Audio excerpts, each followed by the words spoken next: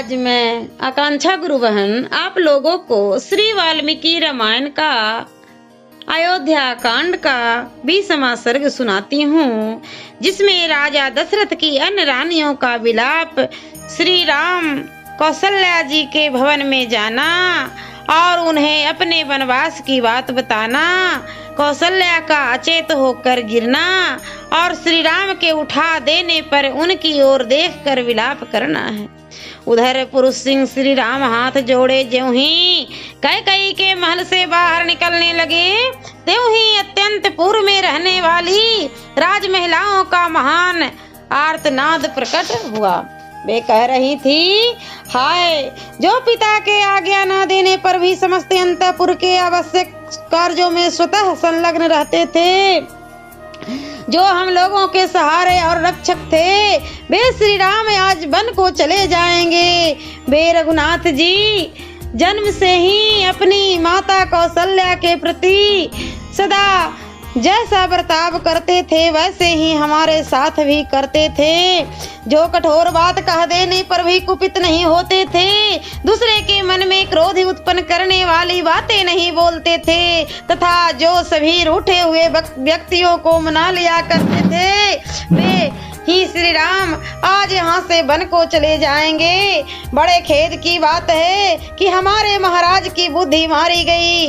ये इस समय संपूर्ण जीव जगत का विनाश करने पर तुले हुए हैं, तभी तो ये समस्त प्राणियों का जीवनाधार श्री राम का परित्याग कर रहे हैं। इस प्रकार समस्त रानियां अपने पति को कोसने लगी और बछड़ों से बिछुड़ी हुई गऊओं की तरह उच्च स्वर में क्रंदन करने लगी। अंतःपुर का यह भयंकर आर्तनाद सुनकर महाराज दशरथ ने पुत्र शोक से संतप्त हो लज्जा के मारे बिछौने में ही अपने को छिपा लिया। उधर जितेंद्रिय श्री राम जी स्वजनों के दुख से अधिक खिन्न होकर हाथी के समान लंबी श्वास खींचते हुए भाई लक्ष्मण के साथ माता के अंतःपुर में गए। वहां उन्होंने उस घर के दरवाजे पर एक परम पूजित वृद्ध पुरुष को बैठा हुआ देखा और दूसरे भी बहुत से मनुष्य वहां खड़े दिखाई दिए। वे सब के सब विजयी वीरों में श्रेष्ठ रघुनंदन श्री राम को देखते ही देखते जय जयकार करते हुए उनकी सेवा में उपस्थित होकर उन्हें बधाई देने लगे। पहले ड्योढ़ी पार करके जब वे दूसरी में पहुंचे, तब वहां उन्हें राजा द्वारा सम्मानित बहुत से वेदज्ञ ब्राह्मण दिखाई दिए। उन वृद्ध ब्राह्मणों को प्रणाम करके श्री रामचंद्र जी जब तीसरी ड्योढ़ी में पहुंचे, तब वहां उन्हें द्वार रक्षा के कार्य में लगाई हुई बहुत से नव वयस्का एवं वृद्ध अवस्था वाली स्त्रियां दिखाई दी थी। उन्हें देखकर उन स्त्रियों को बड़ा हर्ष हुआ। श्री राम को बधाई देकर उन स्त्रियों ने तत्काल महल के भीतर प्रवेश किया और तुरंत ही श्री रामचंद्र जी की माता को उनके आगमन का प्रिय समाचार सुनाया। उस समय देवी कौशल्या पुत्र की मंगल कामना से रात भर जगकर सवेरे एकाग्रचित्त होकर भगवान विष्णु की पूजा कर रही थी। वे रेशमी वस्त्र पहनकर बड़ी प्रसन्नता के साथ निरंतर व्रत प्रायण होकर मंगल कृत्य पूर्ण करने के पश्चात मंत्रोच्चारण पूर्वक उस समय अग्नि में आहुति दे रही थी। उसी समय श्री राम ने माता के शुभ अंतःपुर में प्रवेश करके वहां माता को देखा। वे अग्नि में हवन करा रही थी। रघुनंदन ने देखा तो वहां देवी कार्य के लिए बहुत सी सामग्री संग्रह करके रखी हुई है। दही, अक्षत, घी, मोदक, हविष्य, धान का लावा, सफेद माला, खीर, खिचड़ी, समिधा से भरे हुए कलश, ये सब वहां दृष्टि गोचर हुए। उत्तम कांति वाली माता कौशल्या सफेद रंग की रेशमी साड़ी पहने हुई थी। वे व्रत के अनुष्ठान में दुर्बल हो गई थी और इष्ट देवता का तर्पण कर रही थी। इस अवस्था में श्री राम ने उन्हें देखा।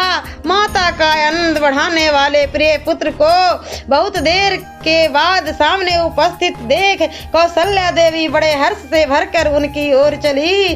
माने कोई घोड़ी अपने बछड़ों को देखकर बड़े हर्ष से उसके पास आई हो। श्री रघुनाथ जी के निकट आई हुई माता के चरणों में प्रणाम किया और माता कौशल्या ने उन्हें दोनों भुजाओं में कसकर छाती से लगा लिया तथा बड़े प्यार से उनका मस्तक सूंघा। उस समय कौशल्या देवी ने अपने दुर्जय पुत्र श्री रामचंद्र जी से पुत्र स्नेह वश यह प्रिय एवं हितकर बात कही, बेटा तुम धर्मशील वृद्ध एवं महात्मा राजर्षियों के समान आयु कीर्ति और कुलोचित धर्म प्राप्त करो। रघुनंदन, अब तुम जाकर अपने सत्य प्रतिज्ञ पिता राजा का दर्शन करो। वे धर्मात्मा नरेश आज ही तुम्हारा युवराज के पद पर अभिषेक करेंगे। यह कहकर माता ने उन्हें बैठने के लिए आसन दिया और भोजन करने के लिए कहा। भोजन के लिए निमंत्रित होकर श्री राम ने उस आसन का स्पर्श मात्र कर लिया। फिर वे अंजलि फैलाकर माता से कुछ कहने को उद्यत हुए। वे स्वभाव से ही विनयशील थे तथा माता के गौरव से भी उनके सामने नतमस्तक हो गए थे। उन्हें दंडकारण्य को प्रस्थान करना था, अतः वे उसके लिए आज्ञा लेने के लिए उपक्रम करने लगे।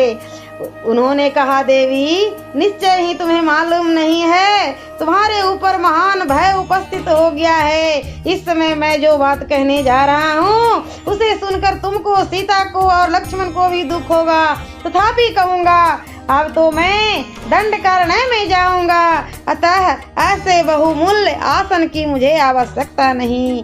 अब मेरे लिए यह कूस की चटाई पर बैठने का समय आया है।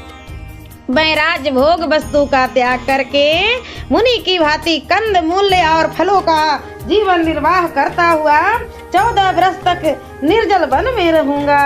महाराज युवराज का पद भरत को दे रहे हैं और मुझे तपस्वी बनाकर दंड कार्य में भेज रहे हैं, अतः 14 वर्षों तक निर्जन वन में रहूंगा और जंगल में सुलभ होने वाले बल्ल कल्ल आदि को धारण करके फल मूल के आहार से ही जीवन निर्वाह करता रहूंगा।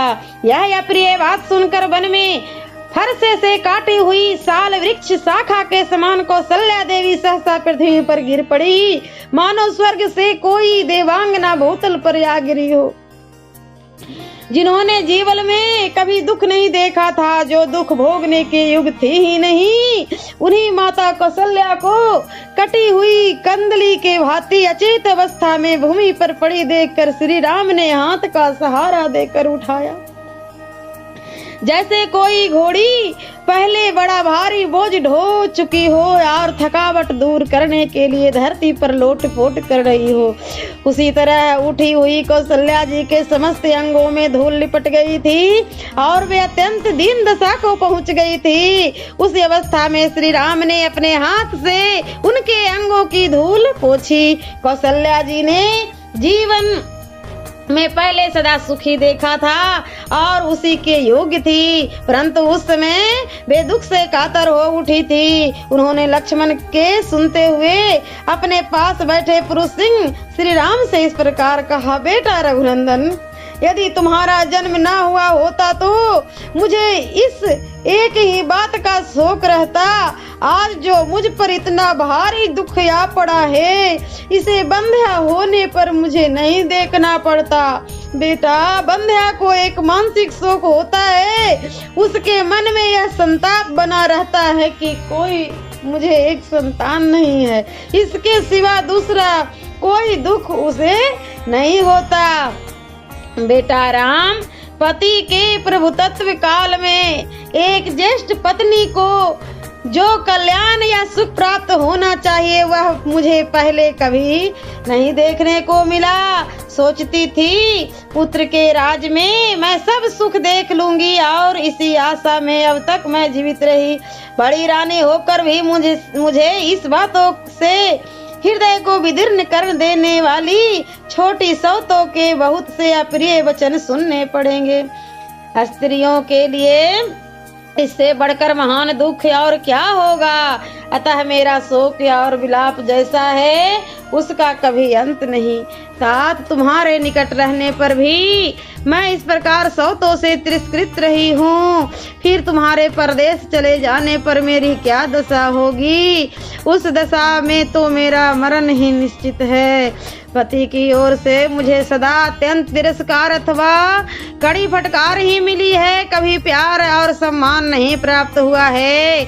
मैं कई की दासियों के बराबर अथवा उनसे भी गई बीती समझी जाती हूँ। जो कोई मेरी सेवा में रहता या मेरा अनुसरण में करता है, वह भी कई के बेटे को देखकर चुप हो जाता है, मुझसे बात नहीं करता है। बेटा, इस दुर्गति में पड़कर मैं सदा क्रोधी स्वभाव के कारण कटु वचन बोलने वाले इस कई के मुख को कैसे देख सकूंगी। रघुनंदन, तुम्हारे उपनयन रूप द्वितीय जन्म लेने के लिए संग्रह वर्ष बीत गए, अर्थात तुम अब 27 वर्ष के हो गए। अब तक मैं यही आशा लगाए चली आ रही थी कि अब मेरा दुख दूर हो जाएगा। राघव, अब इस बुढ़ापे में इस तरह सौतों का तिरस्कार और उससे होने वाले महान अक्षय दुख को मैं अधिक काल तक नहीं सह सकती। पूर्ण चंद्रमा के समान तुम्हारे मनोहर मुख को देखे बिना मैं दुखनी दैनी जीवन वृत्ति में रहकर कैसे निर्वाह करूंगी।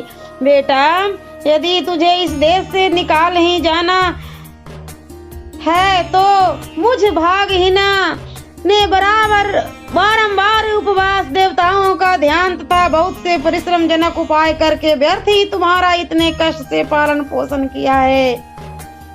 मैं समझती हूँ कि निश्चय ही यह मेरा हृदय बड़ा कठोर है, जो तुम्हारे विछोह की बात सुनकर भी वर्षा काल के नूतन जल से प्रभाव से टकराए हुए महा नदी के कागार की भांति फट रही है। निश्चय ही मेरे लिए कहीं मौत नहीं, यमराज के घर में भी मेरे लिए जगह नहीं है। तभी तो जैसे किसी रोती हुई मिर्गी को सिंह जबरदस्ती उठा लेकर जाता है, उसी प्रकार यमराज मुझे आज ही उठा ले जाना नहीं चाहता है।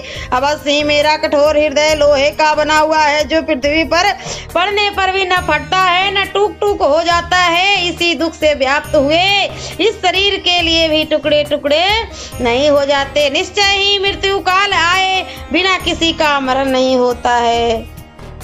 चंद्रमा के समान मनोहर मुख कांति वाले राम, यदि मेरी मृत्यु नहीं होती है तो तुम्हारे बिना यह व्यर्थ कुछ जीवन क्यों बताऊं। बेटा, जैसे गौ दुर्बल होने पर भी अपने बछड़े के लोभ से उसके पीछे पीछे चली जाती है, इसी प्रकार मैं भी तुम्हारे साथ ही वन को चलूंगी।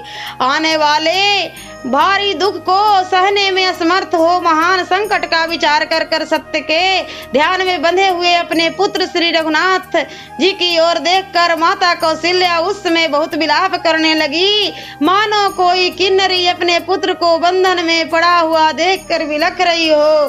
सियावरे रामचंद्र की जय। और मैं अयोध्या कांड का 21वां सर्ग मैं अगले वीडियो में सुनाऊंगी।